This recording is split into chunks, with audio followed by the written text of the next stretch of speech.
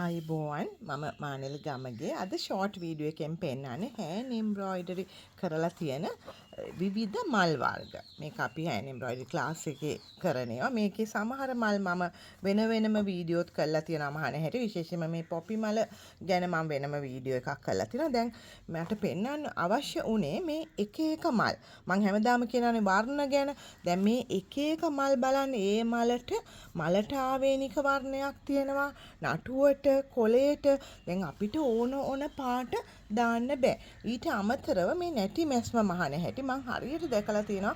හරීම නොසැලකිලිමත්ව නැටි මැස්ම මහනවා. නැටි මැස්ම මැහුවහම මෙහෙම ඉරක් ගැහුවා වගේ තියෙන්න ඕනේ. ගහලා දාලා එහෙම නූල් පටවල් ප්‍රමාණය වැඩියෙන් දාලා එහෙම කරන්නේ නැහැ. දැන් මේක ලැවැන්ඩර් මල. දැන් ලැවැන්ඩර් මලට ආවේනික වර්ණයක් තියෙනවා. දම් පාට කිව්වට අපිට ඕන දම් පාටක් දාන්න බෑ. නටුවටත් අපිට ඕන කොළ පාටක් දාන්න බෑ. ඒකට નિયમિત වර්ණයක් තියෙනවා. ඉතින් ඒක සහ මේ නැටි මැස්ම ගැන බලන්න. නැටි මැස්ම ඒක නීට්වට කරන්න ඕනේ. ඉතින් කොහොම හරි රළුවට ගහලා දාලා කරනවා කියන්නේ ඒක හෑන් එම්බ්‍රොයිඩරි වල નિયમિત ප්‍රමිතියට කරලා නෑ කියන එකයි. දැන් මේක forget me not මල. දැන් forget me not මලටත් අර වගේම තමයි. નિયમિત මේකට ආවේනික වර්ණයක් තියෙනවා. ඉතින් මේ වර්ණ දාලා තමයි අපි කරන්න ඕනේ හරි වර්ණය. සහ කොලේ බලන්න.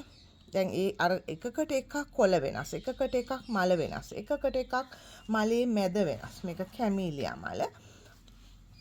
මේක විස්ටීරියා. ඒ වගේ ඒ මලට ආවේනික වර්ණ. දැන් මෙතන තියෙනවා රෝස මල. රෝස මල අපි බූලියන් මැස්මේ පහලා තියෙන. මේකටත් මම වෙනම වීඩියෝ එකක් කරලා තියෙනවා මේ රෝස මල මහ ගන්න ආකාරය.